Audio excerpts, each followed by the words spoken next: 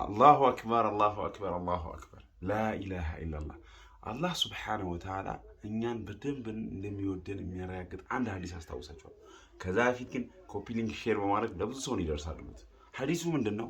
አላህ ሱብሓነሁ ኢነላሃ የብሱጡ የደሁ ቢነሃሪ ሊየቱበ ሙሲኡ ለይል ወየብሱጡ የደሁ ቢለይሊ ሊየቱበ ሙሲኡ ነሃር።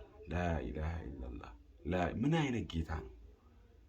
አላህ ሱብሓነሁ ወተዓላ ለይል ለሚያምፁ ሰዎች ቀን ሊምራቸው ማን ነው እስቲ ሌሊት ያመፀ ይላል።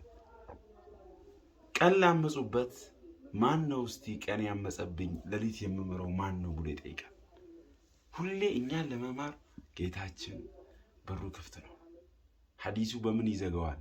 ቅያማ ፀሐይ በገባችበት እስካልወጣች ድረስ አላህ ሱብሓነሁ ወተዓላ ወንጀሉን ይምረዋል ይላሉ።